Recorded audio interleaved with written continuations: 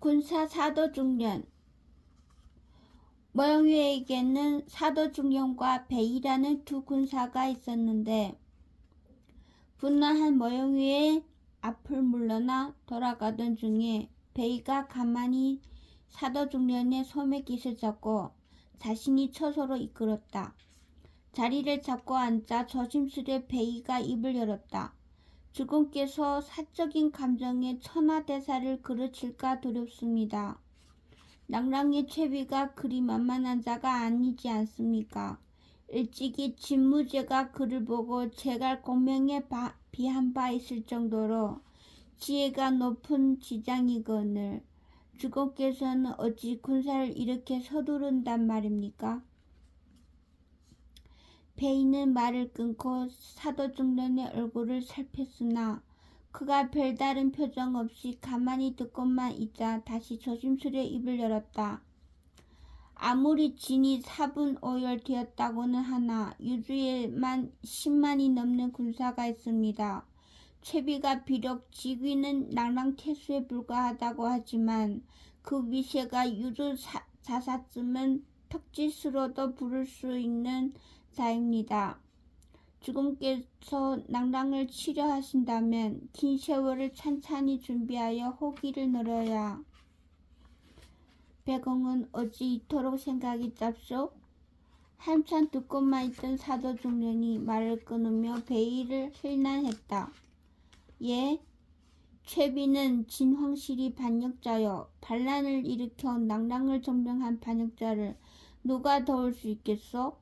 지금은 유주자사 아니라 황제 황후라도 도울 수 없는 자가 낭랑의 최비여. 아니 그렇더라도 낭랑은 지금 그 힘이 강성하여 유주자사와 평주자사는 자신이 백성들에게 먹일 식량도 낭랑에 넘겨준다 합니다.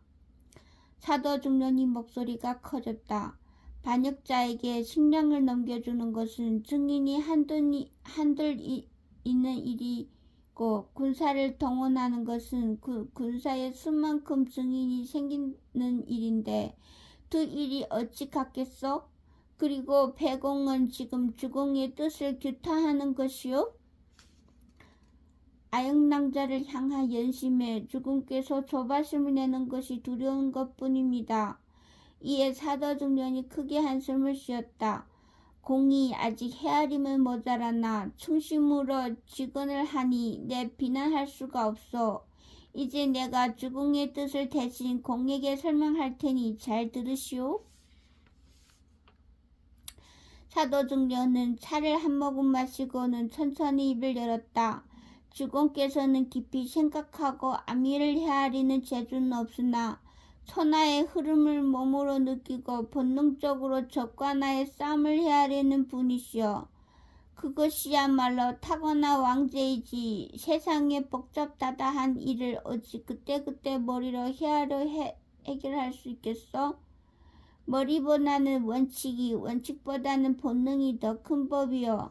하지만 저는 아무리 생각해도 아역낭자 때문에 일이 급히 군사를 일으키는 게 아역낭자 사건은 주공의 본능에 동기를 부여하는 것일 뿐이요. 낭랑을 치는 건 지금이 맞서. 낭랑은 부유하고 진나라 고구려 백제 그리고 우리 선비 한가운데 있는 여충지요. 낭랑을 얻는 자가 바로 천하를 정복하는 자란 말이요. 그러나 베이는 자신의 판단을 거두려 하지 않았다. 주공께서 본능이라는 해안을 가지셨다는 것은 저도 잘 알고 있습니다. 게다가 낭랑이 중요한 땅이라는 것 또한 알고 있습니다. 그렇기에 그만큼 시간을 두고 신중을 기해야 한다는 말이 아니겠습니까? 지금은 너무 서두르는 것이 아닙니까? 거듭 말하지만 지금이 맞서 베이의 옛 노나라 땅에서 학문을 한 유가 출신이라 수긍이 가지 않는 일에 무조건 머리를 끄덕이는 성품이 아니었다. 이해가 가지 않습니다. 귀를 씻고 들으시오. 근래 최비의 명망과 지략을 사모하는 천하의 영웅들이 낭랑으로 모여들고 있고 진의 유민들까지 흘러들어 군사가 늘어나고 있어. 뭐잖아. 낭랑이 바로 진나라의 중심이 될 것이니 지금이 지나면 낭랑을 갖는 것은 한 조각 주먹이 되는 것이오. 그러면 왜 이제껏 낭랑을 치지 않았습니까? 채비가 낭랑을 취한 직후에는 제후들이 비록 군사를 내진 않았지만 매우 예민하게 낭랑을 주시하고 있었어. 그때 우리 모형부가 낭랑을 쳤다면 분명 모든 제후가 나섰을 거요. 이길 수 없는 전쟁이 되었을 거요. 그러나 지금은 다로 여기까지 사도중련의 말을 듣던 베이가 무엇인가 생각이 미친 듯 갑자기 놀라 외쳤다. 그렇다면 그 말씀은? 진이 허약해져 중신들조차 낭랑으로 몰려드는 이즘 진황실은 누군가 나서서 낭랑을 허물어 주기만을 간절히 바라고 있어.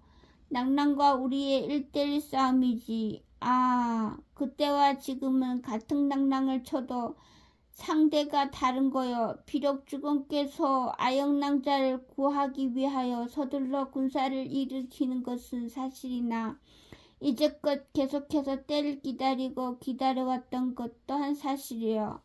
지금 우리 모형부는 북쪽으로 우문부를 몰아냈고 동쪽으로는 고구려를 쳤으며 서쪽의 진나라는 사분오열하여 스스로 무너질 날만을 기다리니 지금이야말로 적기인 것이오. 낭랑 진격은 이제 더 이상 진나라의 신하로 살지 않겠다는 주공의 결단이야.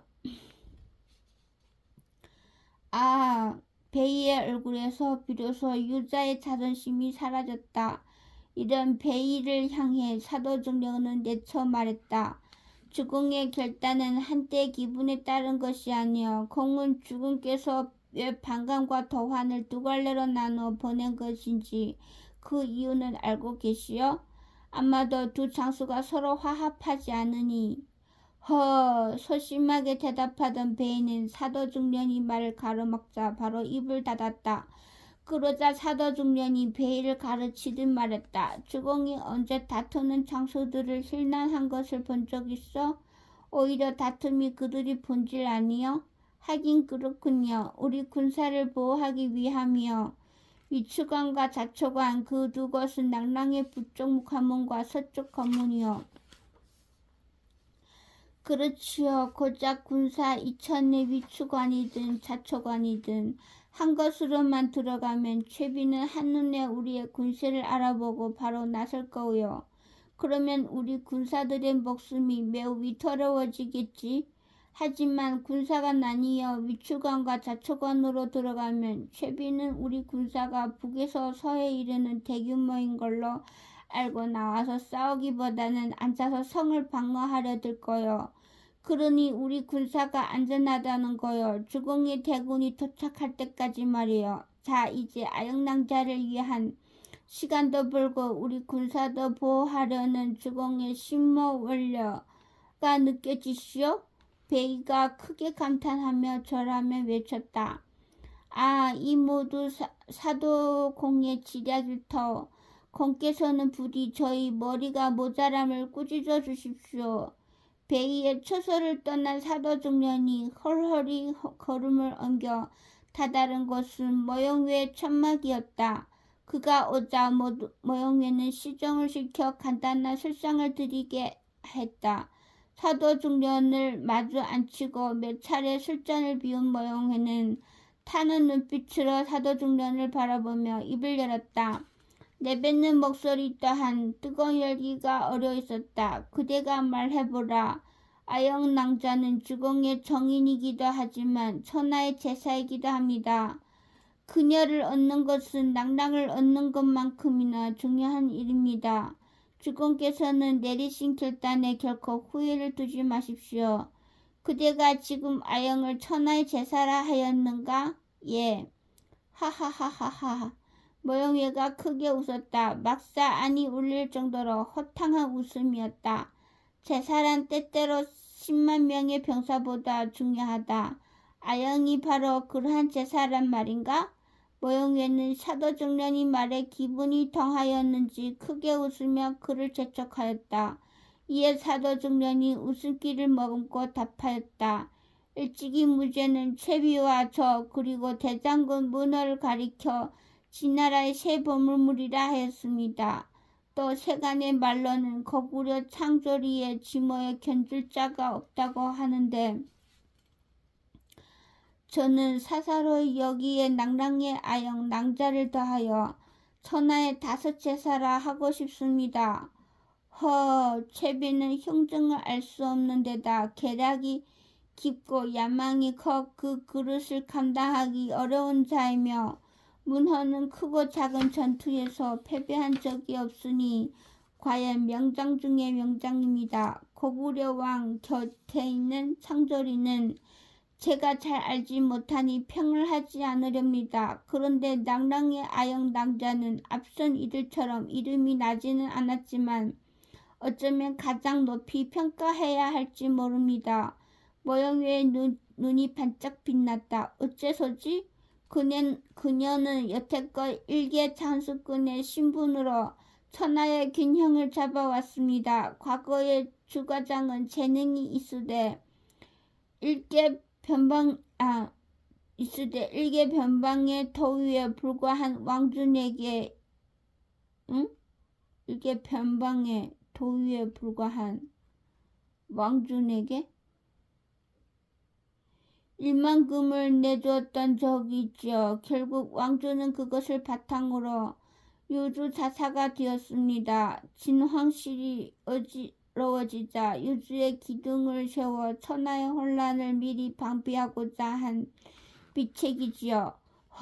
그러다가 유주의 세력이 지나치게 강성해지자 그녀는 전 낭랑 대수 6원의 철을 공급해 우리 모형부가 재기하도록 도왔습니다. 그로 인해 이 여하유역의 균형이 잡혔지요. 그녀가 아니었더라면 이것은 벌써 수십 개의 세력이 벌이는 크고 작은 전쟁으로 불타올랐을 것입니다. 실로 대단하군. 그러나 그로 인해 아영이 얻는 것은 무엇이냐? 고작 상인의 임원을 얻기 위함이냐? 결국 영어의 몸이 되어 있을 뿐이 아니냐? 낭랑의 채비라는 인물이 나타날 줄 몰랐던 것이지요. 탁상공론으로는 채비가 벌이는 일을 막을 수 없습니다. 낭랑을 일거에 장악한 후 유주자사 왕준을 실질적인 수하로 거두고 또 진나라 영웅이라 영웅을 모조리 끌어와 세력을 키우는 채비에 맞서 그녀가 고작 머리 하나로 무엇을 할 수 있었겠습니까? 오랜 안배가 낳은 결실을 이 채비라는 자가 모조리 집어삼켰을 뿐만 아니라 그녀를 잡아 가두었으니 이제 그녀는 생각이 복잡하겠지요. 생각이 복잡하다? 아무리 지략이 뛰어나도 혼자서는 아무것도 할 수 없다는 것을 알았을 겁니다. 천하의 많은 세력 가운데 자신의 재주를 뒷받침해 줄 것을 찾아 기댈 시간이 된 것이지요. 모영외의 목소리에 분노가 묻어나왔다. 그대는 지금 아영이 나 이외에 다른 자에게 몸을 일탁할 수 있다고 말하는 것인가? 그녀 또한 많은 생각을 하겠지요. 우리 모연부는 다른 세력에 비해 지나치게 강성한 까닭에 그녀는 망설일 수밖에 없습니다. 그렇지 않다면 진정 죽음께 왔을 것입니다. 사람이란 강한 세력을 따르기 마련이 아니냐? 그런데 우리가 강성한 것이 오히려 아영이 망설이는 이유라니 어째서? 진무제의 조부인 사마이는 당시 가장 세력이 강했던 위제저조에게 몸을 이탁하였기에 결국 처단을 얻고서도 초라한 세력의 유비를 따른 제갈량보다 이름이 못한 것입니다. 그대는 지금 아영을 제갈량에 비하는가? 비유일 뿐입니다. 모영애는 잠시 멈추었다. 목소리를 낮추고 물었다. 아영은 나 외에 도대체 누구 생각한단 말인가? 주공께서는 너무 근심치 마십시오. 이제 주공께서 그녀의 어려움을 풀어주시면 단연코 첫째로 받아들일 것입니다. 그간 모연부와 특히 깊은 관계를 맺어온 것 또한 주공을 첫째로 생각하기 때문이 아니겠습니까? 사도중년의 달래매도 모형에는 주먹을 꽉 쥐며 외쳤다. 첫째라니 그러면 둘째와 셋째도 있다는 것이 아닌가?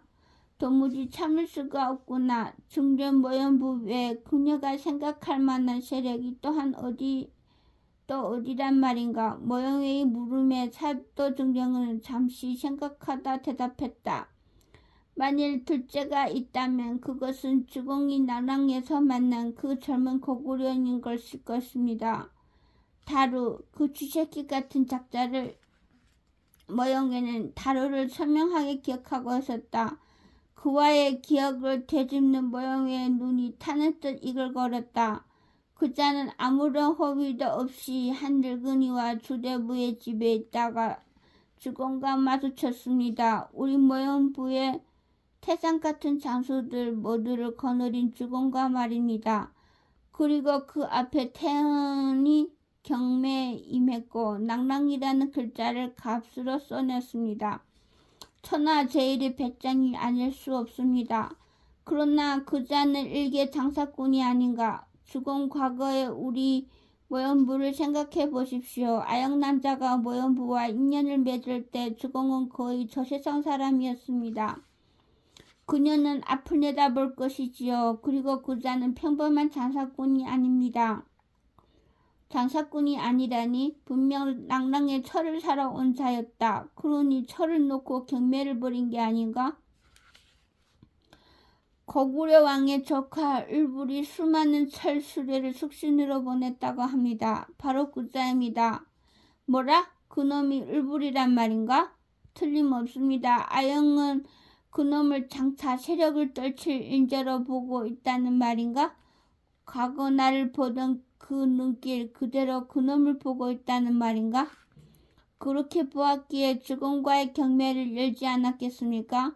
게다가 주공 아영낭자는 낭랑에서 났다고는 하지만 고구려인입니다.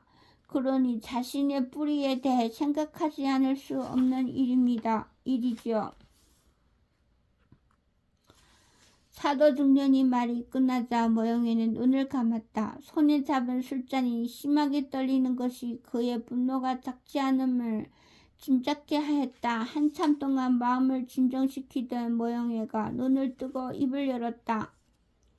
중년, 예 주공, 그자가 숙신으로 갔다고 했는가? 그렇습니다. 숙신은 이미 말라 비틀어진 나라가 아닌가. 군사도 무엇도 없는 것인데 고구려 왕에게 쫓기는 그자는 숙신에서 근거를 만들려고 할 것입니다. 모형회는 갑자기 큰 소리를 내질렀다. 중년, 그대는 이번 원정에서 빠져라. 원정대의 후군과 보급을 챙겨 보내고 나서 어촌의 군사를 거느리고 동쪽으로 가라. 동쪽이라 하시면 헐한주 말이다. 헐한주는 숙신의 땅이고 숙신은 고구려의 성민이 아닙니까?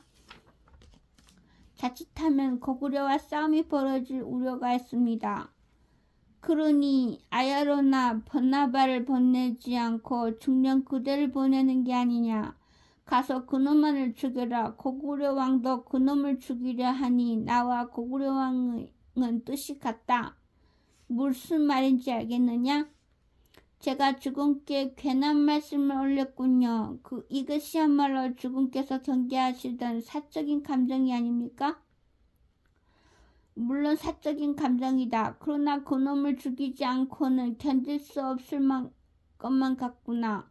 나는 아영을 구하고 그 앞에서 내가 을부를 죽였다고 선언하고 싶은 것이다. 주공, 사도중년이 안타까운 듯 말렸으나 모형에는 고개를 저었다. 그대는 두 말 말고 나의 명에 따르라. 주공, 더 말하지 말라. 아무리 을불이 고구려 왕의 매움을 받고 있다 해도 우리 군사가 헐한줄에 들어가는 한 고구려와의 싸움을 완전히 피할 수는 없습니다. 그렇다면 아예 헐한줄을 점령하라. 어차피 고구려를 멸해야 할 터. 지금이 오히려 적기이다. 숙신을 점령하는 것은 고구려와 전쟁에서 매우 유리한 보루를 마련하는 것이다. 모영외의 결심이 확고함을 안 사도 종려는 그 뜻을 따르기로 했다. 하긴 모영외의 말이 틀린 것만은 아니었다. 어쩌면 고구려의 국력이 쇠약해질 대로 쇠약해진 지금 숙신을 점령하는 것이 옳은 판단일지도 몰랐다. 분부를 따르겠습니다. 대신 주공, 부디 하나만 약조하여 주십시오. 무엇이냐? 주공이 출발하기 전에 먼저 베이를 보내 방광과 위추관에 함께 있도록 하십시오. 위추관은 북쪽에 있으니 최배는 의뢰 우리 대군의 이동로인 위추관에 더 신경 쓸 것입니다. 베이가 있으면 방광의 우둔함을 덮는 이치입니다. 반드시 그리하겠다. 사도중려는 자신이 천막으로 돌아오자 몇몇 측근을 불러 무언가를 지시하고는 잠자리에 들었다.